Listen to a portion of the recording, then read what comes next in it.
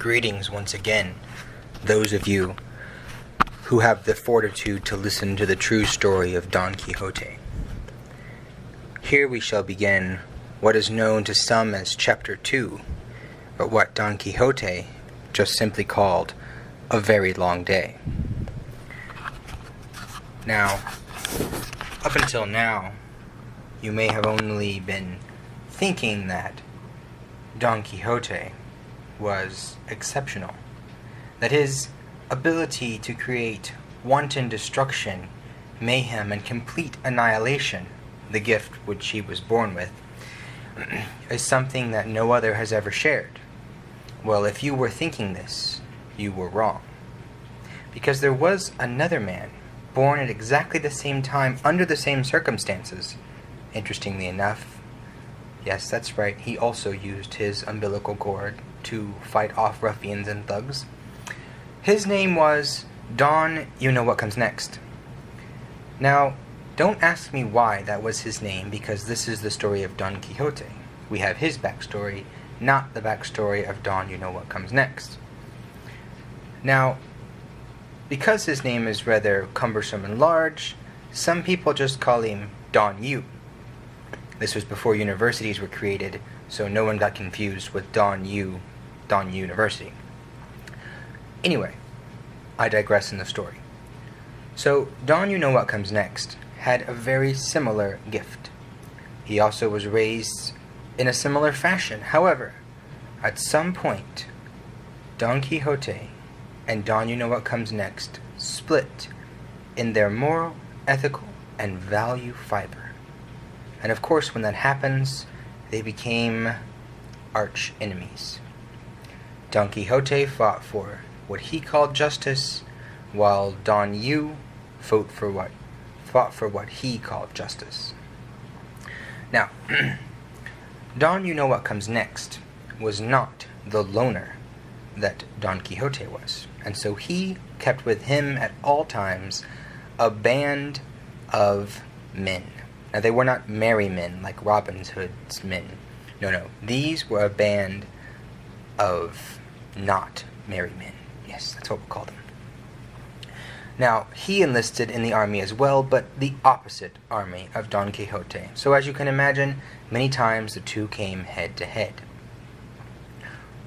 One day, Don Quixote found himself in an arena of sorts, pitted one-on-one against a series of enemies until he reached the final stage, at which time Don You Know What Comes Next appeared. Now, Don Quixote and Don You Know What Comes Next had never met before until this very moment. Now, to say it was an epic battle would be correct. Let's just put it that way. So the two of them, so gifted with crafting weapons from anything. However, this battle had to be fought with items of absolutely no value as weapons. Well, to most people. However, these two saw weapons in everything. So as they went to go select their weapon of choice, Don Quixote was presented with a plethora of non-weapony objects. But right away he found what he wanted. Jello. Yes, indeed. He reached in the tub of Jello and pulled out 2 big handfuls of Jello. And not just any Jello. Grape-flavored Jello. Then he strode to his position in the arena as the crowds around went wild. Don Quixote knew this was a fight to the death, and the winner would be set free. Now, Don You Know What Comes Next, he chose for himself a super bouncy ball. Like the kind that you get in the machines for a quarter? Exactly. And he moved to his side and faced off with Don Quixote. Now the next few moments were a blur to many. Don Quixote charging, double backflipping, Jello to the face for Don You Know What Comes Next, bouncy ball flying, ricocheting off individuals who are just trying to watch and have a good time, Many, many people got eye injuries that day from the bouncy ball, while others who were allergic to Jell-O were immediately rushed to the hospital. But let's just say the fight continued on for hours, days, weeks, until finally 2 things happened. The first thing was everyone got tired of watching and went home. The second thing was it was declared a stalemate, and both were set free to go their own ways. Now, they took one look at each other, both furrowing their eyebrows, and Don Quixote said to Don, You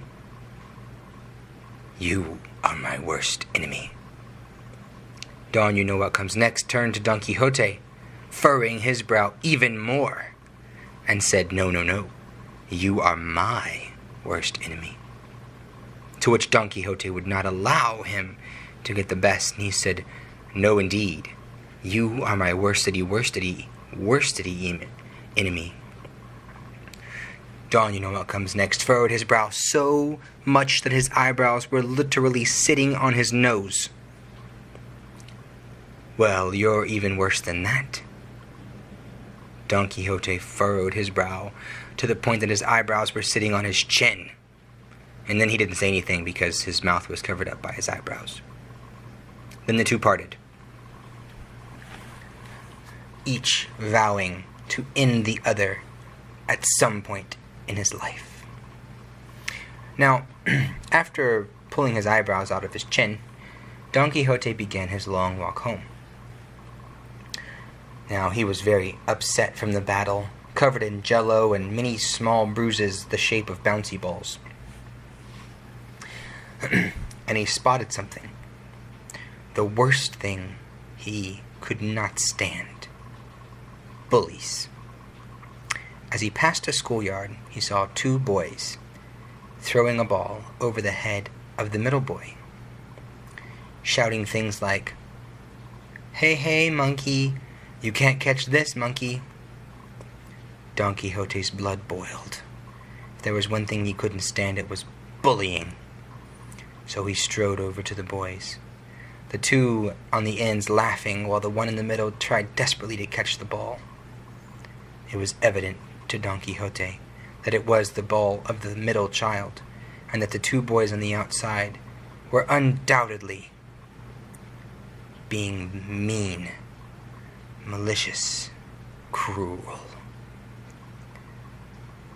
So, Don Quixote leapt the 12-foot fence that kept the schoolyard children safe, and landed with a thud beside the 3 boys, who all stopped what they were doing and looked at him. Don Quixote raised an eyebrow. Is this bullying? He said. The boys looked at each other, looks of bemusement on their faces. This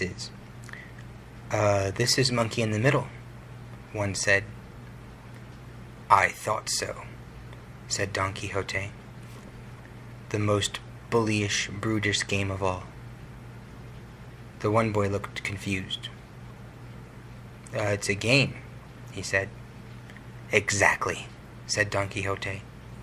Set to destroy the pride of a smaller boy in the middle.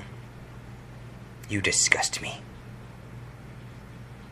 Hey, get out of here, jerk, said the one boy. Don Quixote turned to him. You will regret that remark, he said. I am Don Quixote. So? Said the boy. So this, said Don Quixote. Reaching to the ground, he scooped up 2 pebbles and placed them on his fingers and flicked simultaneously. The pebbles smacked the boys in the middle of the forehead, and both fell down, knocked out. Stop bullying, and I won't have to do that again. The boy in the middle looked at Don Quixote, completely and utterly bewildered.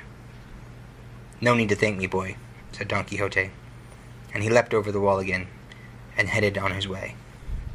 The small boy, looking back and forth at his 2 fellows on the ground. Don Quixote smiled to himself. Good had been done this day.